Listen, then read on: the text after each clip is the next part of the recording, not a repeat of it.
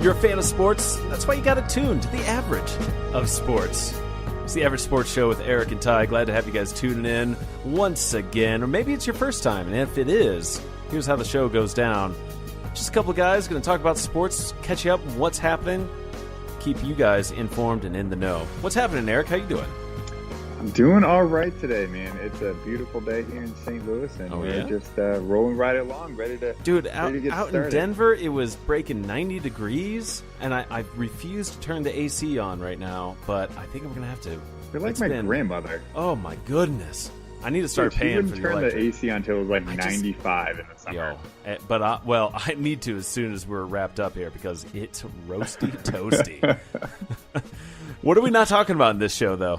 We are not talking about President Trump uninviting the Philadelphia Eagles to the White House or Fox's fake pictures of Long praying, and they pushed it as kneeling during the anthem. We're not talking about that. No, so we're going to move right past that. That in the heat, we're just not talking about it. But did you see Ovechkin breaking 14 goals in the playoffs this year, which amounted to a 600 career? Woo. He is having an incredible playoffs. Like he is. Now we're recording this before there's he's done really well. Yeah, we're recording this before a Stanley Cup victor has occurred, but right now I Game think 4 happened last night. Yeah, and they're 3-1, so it stands to reason that Washington might just take this. 600 goals with a Stanley Cup to boot. That's one hell of a season. So congrats already going out to him just for having a good year. Looking good. And my recap portion there was, have you seen what the Mariners have been doing out in the NL or the AL West? Yeah. Cano who? You don't need that guy. They haven't skipped a beat. And I even went back further. I looked at their last 20. They are 15-5 in their last 20.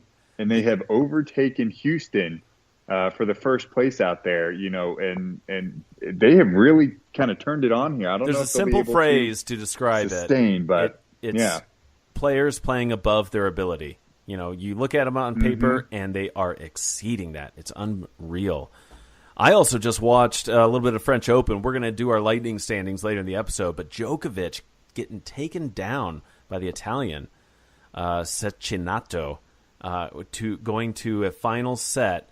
In a playoff, it went to like 12 or 13 points apiece. It was unbelievable. Oh, that's exciting. I haven't seen a tennis match go that long in a while, or just down to the wire like that. It was unreal. So congratulations to Cecchinato.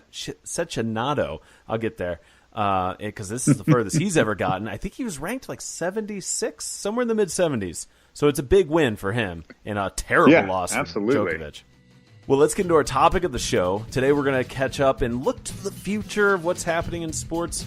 Free agents for NBA coming up, as well as NFL, and a couple of what's happenings in the MLB draft. Why don't we start with the NFL free agents? Because I think there's some really interesting fits. And before we know it, it's going to be August. And the summer camps are going to be in full swing and preseason. So who do you think is out there that you're a little surprised hasn't picked up yet? I mean, the number one name is Des Bryant that is still available. I mean, it's a big name. It's a big player. Obviously, he has lost a step. He's not what he used to be. Yeah. His last 3 years haven't been super great.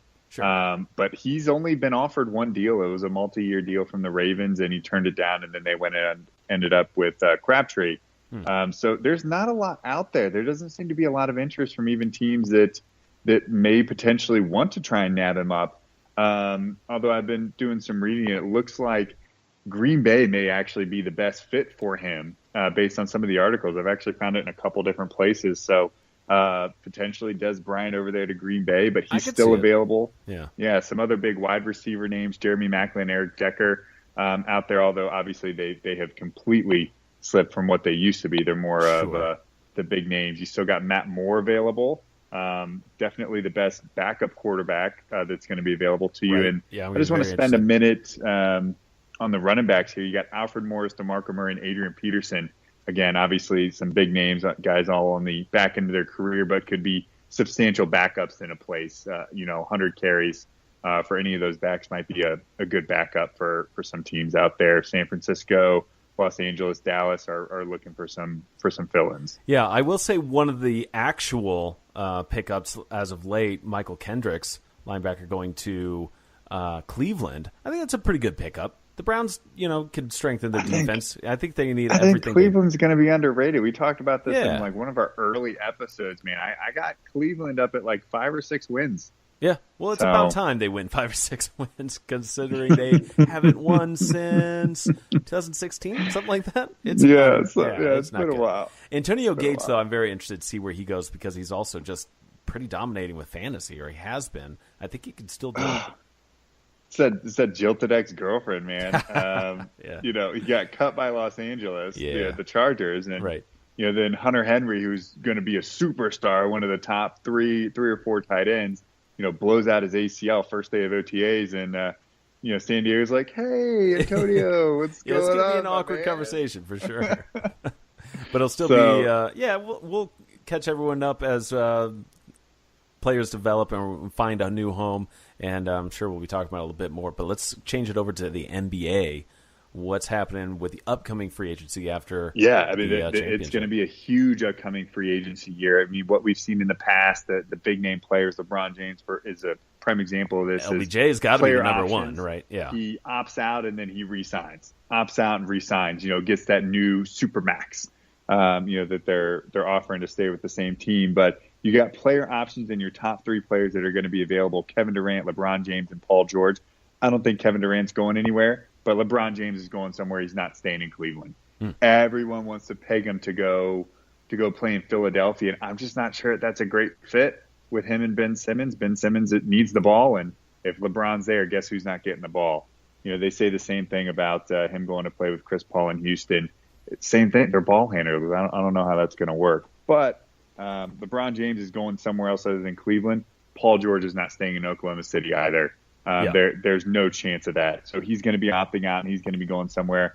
The big follow there is him going to Los Angeles to play with the Lakers. And your 2 top unrestricted free agents, Chris Paul and Boogie Cousins. DeMarcus Cousins is going somewhere. I don't see either of them. Well, I potentially see Chris Paul staying in Houston. But I can also see him going somewhere else. I do not see DeMarcus Cousins staying in New Orleans. I just don't see that. Yeah, it's been tough down there. Right. Yeah, they played really well even without him. They made the postseason. They made the postseason. They did pretty well. They ran into Golden State. Right. But I just don't see DeMarcus Cousins staying there. He was making $18 million this past year. I don't see New Orleans being able to come up with more than that because they got to pay their Saints. Get a lot of money. Yeah. Yep. So that's what we got kind of on the NBA front. You got 5 huge names that are player options are completely unrestricted free agents: KD, LBJ, Paul George, Chris Paul, and DeMarcus Cousins. It's going to be real fascinating to see if the NBA follows suit along with the MLB and what the NFL is kind of doing right now, as we've already seen, with a lot of late pickups, trying to go a little bit cheaper. Maybe we're starting to see a trend where we can't all of a sudden pay these guys just whatever they want and whatever they think they are worth. But we also know that with the MLB, we are going to see some huge free agencies and some big contracts. Talking $400 million. Yeah. It's going to be unreal. Two names in particular. You got 2 players in that realm this year: Manny Machado and Bryce Harper. Yeah, we'll have to keep an eye on it. I want to pull up a couple of things though, and we'll talk about real quick from 2017. I want to go down to the last 10 teams the top 10 teams that had the 1 through 10 first round picks. Looking at Minnesota, the Reds, Twins, the Reds, Padres, Rays, Braves, Athletics, and Diamondbacks, then Phillies, Brewers, and Angels. Out of those teams, 6 of them were under 500 in the last year. Is it really worth, in your opinion, to be at the top of the MLB draft? You're going to find some quality because there's so many guys, there's so many minor league teams and farm systems. Does it matter that much to get that number 1 pick? It's the same thing that we look at, whether it's the Major League Baseball or football or basketball or hockey, is who is that top talent? Yeah. Who is in that top 1, 2, 3 class? Is it worth, some years it may not be worth being the best number 1, versus some years that when it was Steven Strasburg. I remember that was like the first time I'd ever even heard about the Major League Baseball draft, is they were just pining over Steven Strasburg or, the year that it was Peyton Manning and Ryan Leaf, or Andrew Luck, like this whole suck for luck thing. Yeah. It depends who's really at the top of the class. And baseball is even more difficult because you don't see those players for 3 to 5 years at the earliest. So baseball, I think, is really tough to really see that investment. But sure. That's an interesting point. Does it really pay off to be at the top? And in some sports, I think it can, definitely in basketball, because one player can have way more impact than any of the other four major sports. But baseball, it's a little tough to see. If you have just an all-world talent, I mean, you're going to get it. I don't know how many true first-rounders have come out and been like absolute studs in the major leagues, but they find them all over the place, and it's the same for football as well too. You can find them all over the place. So. Yep. Well, let's get into our Who You Got of the episode. This is real quick. Of all the professional MLB players, I just want to stick with the MLB. Who would you want to be? You posed this to me, and I first thought just, what athlete do I want to be? And I was like, well, I want to be Bryce Harper or Manny Machado. Yeah, you wanted that money. It's off season. Yeah. That's who I want to be. And all right, so what player do you think you relate to the most? That you like their style? Who do I relate to the style. A little bit more? And I like some of those guys that are a little bit fiery and definitely kind of go after it. I'm going to go with Madison Bumgarner. Okay. Someone that's definitely fiery, got a bit of an edge to him, a little bit reckless off the field too, not like doing like super stupid stuff, but I mean, he had a major injury, riding a four-wheeler. Right. So that's your style, right? Yeah, I mean, that's just kind of the style that I guess I more closely relate to. How about you, man? What do you got? I would have to say every time I see the guy play, it's Jed Jerko. When I see him play on the Cardinals, the guy is just a stud. He puts up great numbers, but you don't see him out and about that much. He's just a quiet guy going about his business and performing well. He lets the bat in his glove do the talking for him, and I just like his style, man. He goes out there and he plays hard. Yeah, I'm not surprised by that pick either. I threw two out there earlier when we were in our pre-show, and both of them were definitely not necessarily personality, but I knew you were going to pick a Cardinals. Oh yeah, it's got to be the Cardinals. Fan for life. Absolutely. Well, hopping right into our lightning standings now of the show. Let's get into the French Open. I want to talk a little bit about tennis. I've seen some good matches.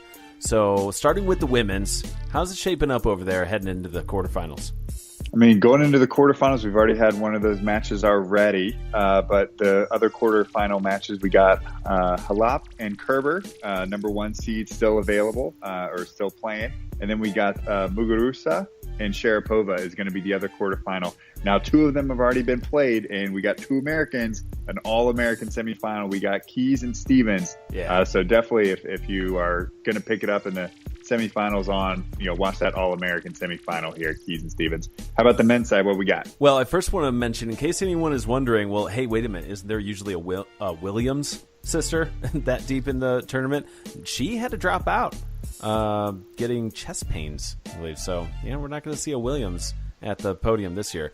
So, yeah, that semifinal is going to look pretty good. For the men's, though, Nadal, of course, just been rolling. He owns the French Open and has been for a number of years. He's going to go head-to-head against Schwartzman from Argentina. Del Potro is also in there, though, from the same country, going against Cilic. That's going to be my main match to recommend watching. That's going to be a good one, I believe, because it's a 3 and a 5 going against each other. And then the heartbreak against Djokovic that we mentioned earlier, Cecchinato going against Thiem for the semifinal. So I think some good matches coming up. A little, to your wild card effect, I think you should be rooting for the Italian there, Eric. Yeah, we'll see. We'll see. We'll see if you even turn the TV on for the French Open. I think it's worth it. Playing on the clay is pretty exciting stuff. It's entertaining. Well, that's it for the Lightning standings. How about, well, then, if you're not going to watch the French Open, what games, would you watch? What's the best stuff to watch? I mean, what's going on right now? We actually touched base